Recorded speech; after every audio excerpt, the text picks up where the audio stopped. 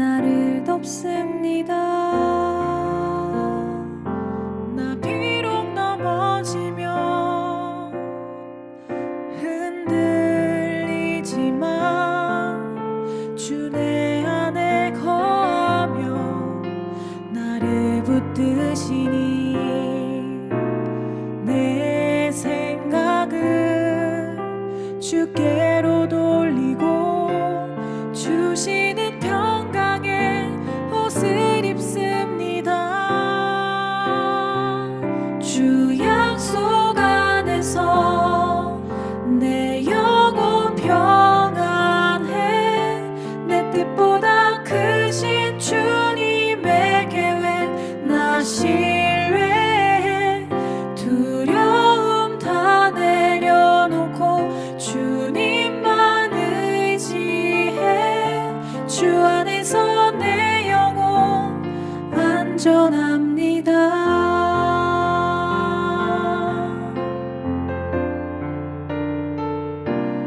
내 아버지 그 품 안에서 내 영혼은 안전합니다. 주 손길로 내 삶을 안으시니 그 평강이 나를 덮습니다. 나 비록 넘어지며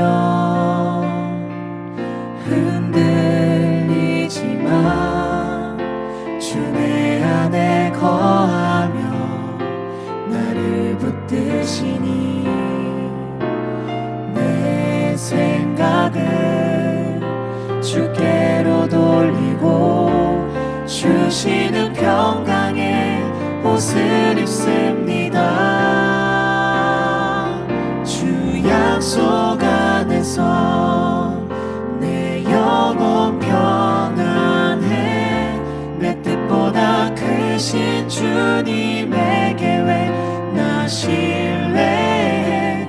두려움 다 내려놓고 주님만 의지해.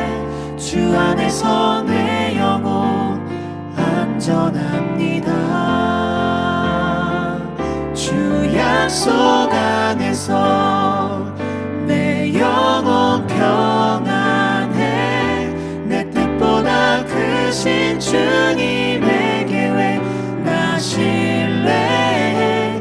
두려움 다 내려놓고 주님만 의지해. 주 안에서 내 영혼 안전합니다. 주 약속 안에서 내 영혼 평안해. 내 뜻보다 크신 주님의 계획 나 신뢰해. 두려움 다 내려놓고 주님만 의지해. 주 안에서 내 영혼 안전합니다. 두려움 다 내려놓고 주님만 의지해. 주 안에서 내 영혼 안전합니다.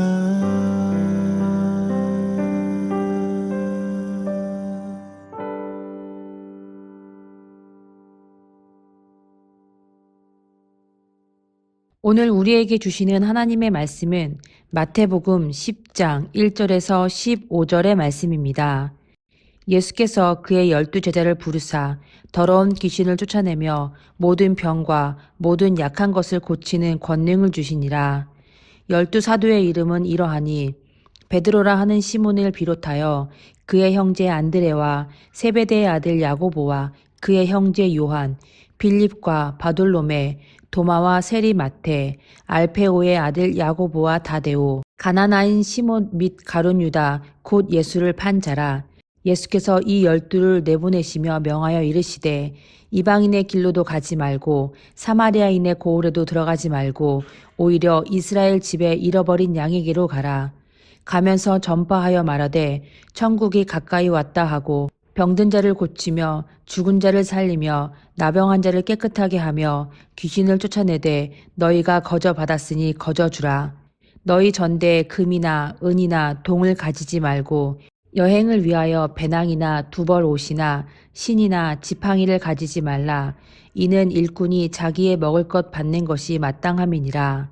어떤 성이나 마을에 들어가든지 그 중에 합당한 자를 찾아내어 너희가 떠나기까지 거기서 머물라. 또 그 집에 들어가면서 평안하기를 빌라. 그 집이 이에 합당하면 너희 빈 평안이 거기 임할 것이요. 만일 합당하지 아니하면 그 평안이 너희에게 돌아올 것이니라. 누구든지 너희를 영접하지도 아니하고 너희 말을 듣지도 아니하거든 그 집이나 성에서 나가 너희의 발에 먼지를 털어버리라. 내가 진실로 너희에게 이르노니 심판날에 소돔과 고모라의 땅이 그 성보다 견디기 쉬우니라. 아멘. 어린 시절 길에서 전도하는 사람들을 흔히 볼 수 있었습니다. 큰 소리로 외치는 사람, 한 명 한 명 붙들고 복음을 전하는 사람도 봤습니다. 방법은 달랐어도 복음을 전하기 위해 애쓰는 모습들이었습니다. 그들을 보면서 대단하다라고 생각을 했습니다. 그리고 저도 믿음이 깊어지면서 그들처럼 길에서 전도를 했습니다. 찬양을 부르고 전도지를 나눠주고 사역리를 읽어주기도 했습니다. 대부분 사람들의 반응은 무덤덤입니다. 주는 것을 받아가기도 하는 경우도 있고 그냥 지나쳐 가기도 합니다. 때로는 싫은 표정을 하며 손살을 치는 경우도 있습니다. 드문 경우 험한 소리를 듣기도 합니다. 그래도 진지하게 반응하는 분들이 있습니다. 신앙을 가지려면 어떻게 해야 하는지 묻는 사람도 만났습니다.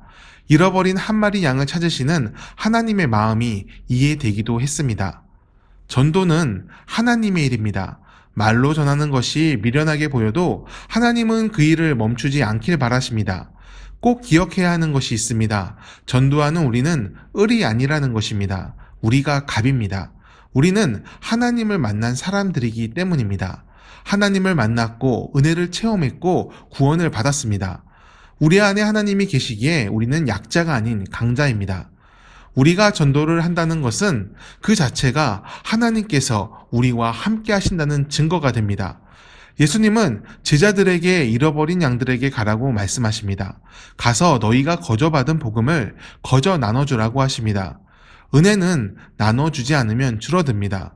은혜는 값진 것이나 값을 매기지 않습니다. 우리에게 선물로 주어졌기 때문입니다. 그래서 우리도 은혜를 전하는 축복의 통로가 되어야 합니다. 값진 은혜가 우리를 통해 전달될 때 은혜는 갑절로 커집니다.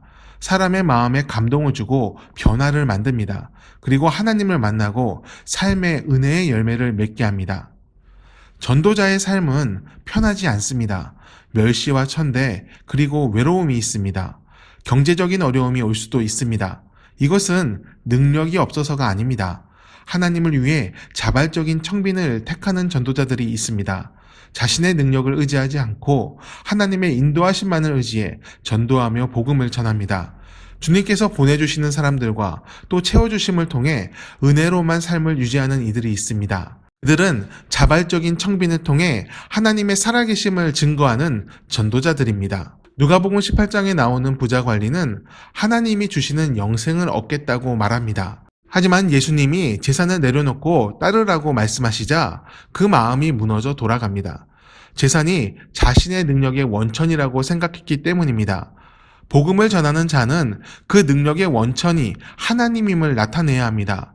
예수님이 아무것도 갖지 말고 복음을 전하라고 하신 것은 소유의 없음에 방점이 찍힌 것이 아니라 하나님만을 의지하며 사역하고 주님께서 예비하신 동역자들과 연합하라는 의미입니다.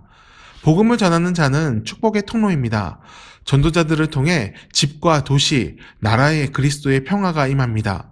우리는 그리스도인의 역할이 축복의 통로임을 잊어서는 안 됩니다. 분란을 만들고 물질에 집착하여 다투는 것은 우리의 역할이 아닙니다. 우리의 복음 전파로 인해 세상이 더 평화로워지고 은혜로 충만해야 합니다. 복음 전파를 통해 하나님의 나라가 이 땅에도 이루어지기를 바라야 합니다.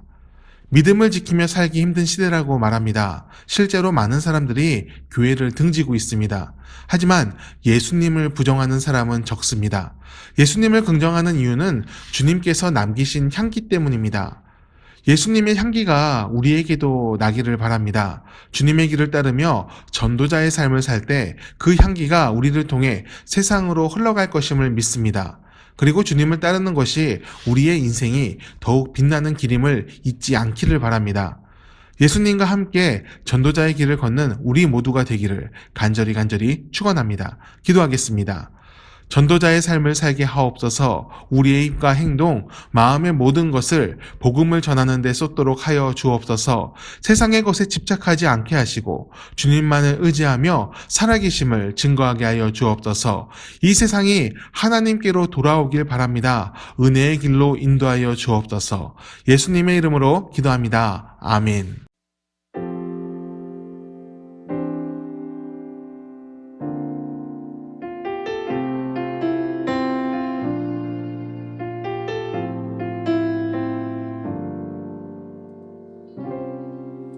우리 모두 예배하는 자 되어 온전히 영과 진리로 주를 예배하자. 주가 우리와 함께 영원히 함께 하시고 마르지 않는 샘물로 우릴 채우시리. 우리 모두 예배하는 자 되어 온전히 영과 진리로 주를 예배하자. 주가 우리와 함께 영원히 함께 하시고 마르지 않는 샘물로 우릴 채우시리라.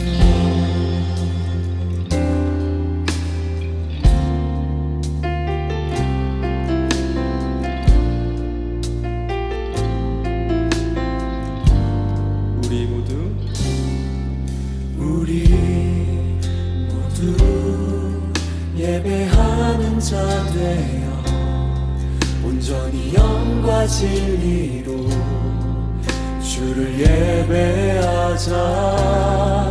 주가 우리와 함께 영원히 함께 하시고 마르지 않는 샘물로 우리 채우시리.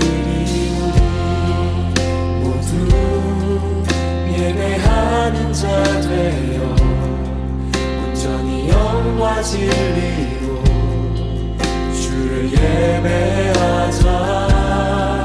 주가 우리와 함께 영원히 함께 하시고 마르지 않는 샘물로